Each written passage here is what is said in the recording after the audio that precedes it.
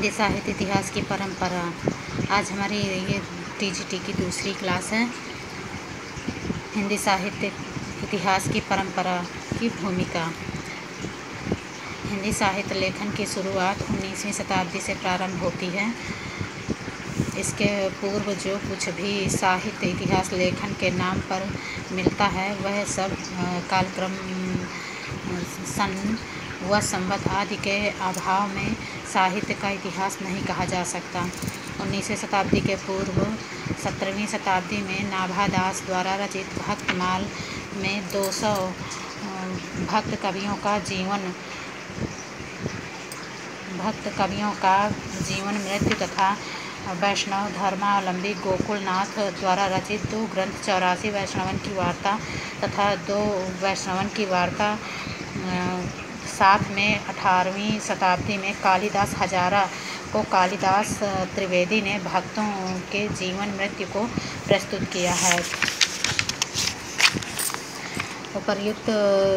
उपर्युक्त सभी ग्रंथों में ऐतिहासिकता प्रामाणिकता का अभाव होने के कारण साहित्य इतिहास का इतिहास नहीं कहे जा सकते। साहित्य लेखन की शुरुआत 19वीं शताब्दी के बाद होता है, जो गारसा दा तासी से आरंभ होती है। गारसा दा तासी ग्रंथ इस्तवार दा ला लिटरेचर एंदुई ए हिंदुस्तानी, ये गारसा दा तासी का ग्रंथ है। ये फ्रांस के रहने वाले भाषाविद थे। इन्हें फ्रेंच का अच्छा ज्ञान था। इंग्लैंड में विश्व भाषा की विशेषता पर शोध कर रहे थे तथा इसी समय इन्हें भारत में उर्दू का अध्यापक नियुक्त किए गए थे। 1839 ईस्वी में फ्रेंच भाषा में हिंदी साहित्य का पहला इतिहास लिखा, जिसमें वर्ण क्रमानुसार पद्धति को अपनाते हुए साहित्य इतिहास का सृजन किए। इसमें हिंदी का पहला कवि अंगद को बताया जाता है।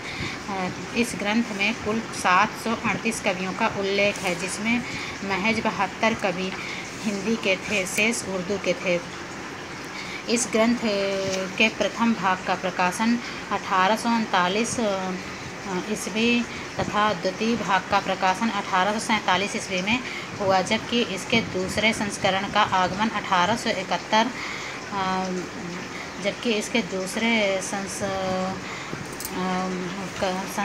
संस्करण का आगमन 1871 ईस्वी में हुआ। गारसा दा तासी ने अपने इस ग्रंथ में काल विभाजन एवं नामकरण का प्रयोग करना भूल गए। इसके ग्रंथ का हिंदी अनुवाद लक्ष्मी सागर वार्ष्णेय ने 1952 ईस्वी में हिंदुई साहित्य का इतिहास शीर्षक में से लिखा। हिंदी प्रेमियों के लिए यह ग्रंथ आधारशिला पर काम करता है, क्योंकि इसमें हिंदी के अतिरिक्त उर्दू के कवियों के साहित्य से परिचय होने का मौका मिला। गारसा दा तासी की बात को पुष्ट करते हुए 1848 ईस्वी में मौलवी करीमुद्दीन ने तज़किरा-ई-सुघराई हिंदी शीर्षक से ऐतिहासिक ग्रंथ लिखा। इस ग्रंथ में करीमुद्दीन जी ने